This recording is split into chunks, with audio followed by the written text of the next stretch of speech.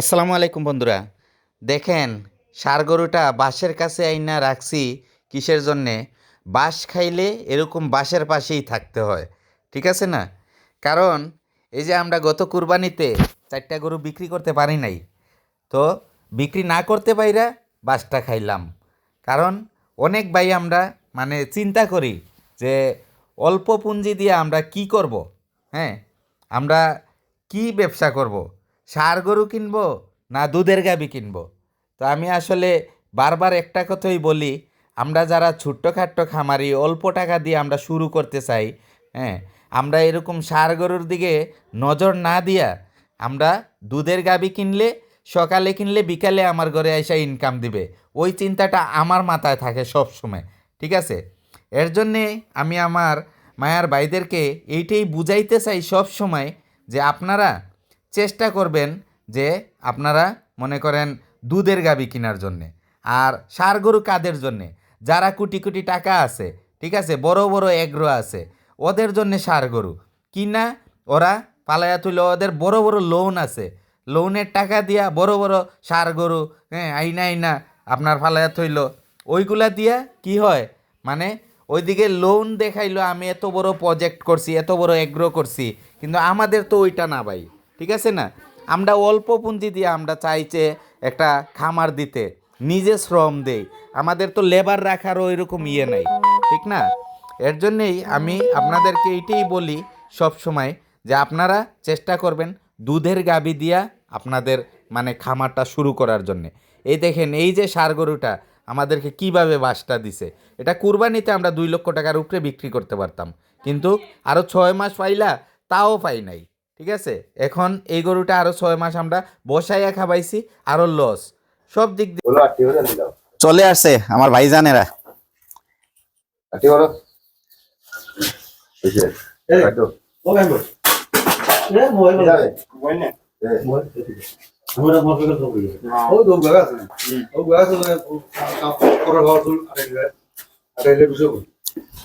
তো এখন আমরা মোটামুটি প্রস্তুতি নিতেছি, হ্যাঁ, ষাঁড়টারে এখন পালানো হবে, তারপর জবাই হবে, তারপর মাংসগুলা যার সাথে আমাদের কন্ট্যাক্ট হয়েছে মাংসগুলা আমরা ওনার জায়গায় নিয়ে পৌঁছায় দিয়ে দিব। আপনারা সবাই কমেন্টের মাধ্যমে জানাবেন, কমেন্ট করবেন যে এটা কয় মণ মাংস হবে, কয় মণ মাংস হবে, আপনারা কমেন্ট করবেন, কমেন্টের মাধ্যমে আপনারা জানাবেন।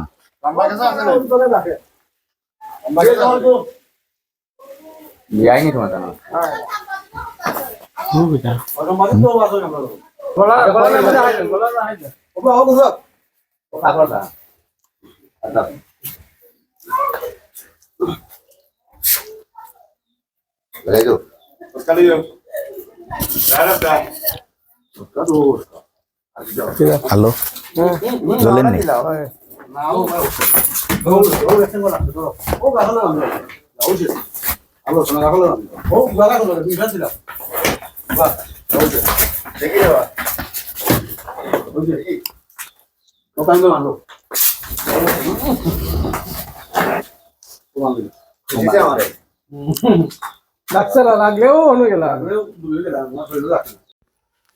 আসলে 3জন ভাই যে ওরা আসলে মানে এত চালু, হ্যাঁ, আসলে ওরা আমাদের পার্শ্ববর্তী গ্রামেরই, আমাদের পার্শ্ববর্তী গ্রামেরই ভাই, কিন্তু ওরা মূলত যে গরুগুলা কাটে, ওরা সারাক্ষণ মানে এইটা নিয়েই খেলানেলা করে, কিন্তু আমরা দেখে মানে ওরা কাজ করতেছে, ওরা কাজ করতেছে আর আমাদের কাছে মানে আনইজি লাগতেছে, কিন্তু ওরা যে কাজ করতেছে ওদের কাছে কোনো আনইজি লাগতেছে না, ঠিক আছে? তো এই যে ভাই আসলে মাংসগুলা দেইখা মনটা শান্তি হয়ে গেছে। পুরাটা গরুতে এই যে 6-7 মণের একটা গরু, পুরাটা গরুতে আপনার সর্বোচ্চ 2 থেকে 2.5 কেজি চর্বি হয়েছে, হ্যাঁ। কারণ আমরা তো ওই যে এই যে আপনার কি কয়, কিছু কিছু ওই খামারিরা আছে ভাই, এটা বলা ঠিক না, ওরা কিছু ওই যে ষাঁড় গরুরে আপনার ব্রয়লার ফিড খাওয়ায়া দেয়, বুঝছেন? কিন্তু দেখেন ব্রয়লার ফিটের মাংস কোয়ালিটি আর এই যে শুধু দানাদার আর ঘাস খাওয়ার যে মাংসর কোয়ালিটি, আপনার কতটুক পার্থক্য, ঠিক আছে?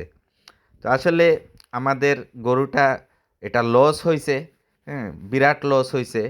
কারণ এটা আমরা যেরকম আশা করছি ওইরকম হয় নাই, হ্যাঁ। তো এইটাই আপনাদের সাথে শেয়ার করলাম। আপনারা ষাঁড় গরু পাললে কতটুক লাভ করবেন আর লস করবেন, আর দুধের গরু পাললে কতটুক লাভ করবেন, ওইটা আমি সরজমিনে অনেক ভিডিওতে বলে দেই ভাই। আমরা প্রান্তিক খামারিরা আমরা দৈরেই ষাঁড় গরু পালা ঠিক না, হ্যাঁ। আমরা চাইতাম দুধের গরু দিয়া সকালে আনতাম, বিকালে ইনকাম আমার ঘরে আসতো। এইটাই আমার মেইন টার্গেট, ঠিক আছে? আমার ভাইয়েরা, আমার কলিজার মায়ার ভাইয়েরা, আপনারা হয়তো আমারে কীরকম ভাবেন জানি না, আমি যতটুকু পারি আপনাদেরকে সান্ত্বনা দেওয়ার কথাবার্তা দিয়া আপনারা বুঝা নিয়েন ভাই, ঠিক আছে? আসসালামু আলাইকুম রহমতুল্লাহ। তো বন্ধুরা দেখেন, গরুটা আসলে অবশেষে আমরা জবাই করলাম। জবাই করার পর আমরা রানগুলো আলাদা করলাম। আসলে গরুটা মাংসটা খুবই সুন্দর কোয়ালিটিফুল মাংসই হয়েছে। কারণ এটারে তো বেশিরভাগ আপনার এই যে আমরা দানাদার আর ঘাস খাওয়ানো হয়েছে, ঠিক আছে? দানাদার আর ঘাসটা খাওয়ানো হয়েছে, তার কারণে মাংসর কোয়ালিটিটা খুবই সুন্দর হয়েছে। তো আমরা যতটুক ধারণা করছিলাম, হ্যাঁ, যতটুক মাংস হবে, আসলে অতটুক মাংস হয় নাই। কারণ আমরা মনে করছিলাম 7 মণ প্লাস হবে। তো গরুটা হয়েছে আপনার 6 মণ, ঠিক আছে? 245 কেজি হয়েছে। আসলে গরুটা আমাদের কুরবানিতে যত টাকা বেচতেছিলাম, কিন্তু তারে এখন এই যে আরও 6 মাস খাওয়াইছি, বসায় বসায় খাওয়ানো হয়েছে, কিন্তু সে ওই রকম কিন্তু কার গ্রোথ আসে নাই, ঠিক আছে?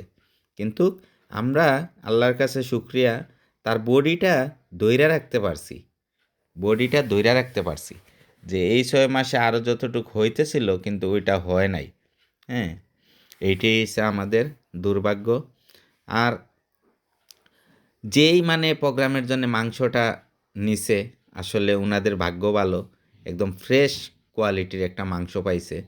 আর আমাদের এই যে কসাই ভাইয়েরা কিভাবে মানে স্পার্ট, ওরা কিভাবে কাটতেছে, আমরা কুরবানির সময় অনেক সময় মানে ক্লান্ত হয়ে যাই একটা গরু কাটাকাটি নিয়ে, ঠিক না?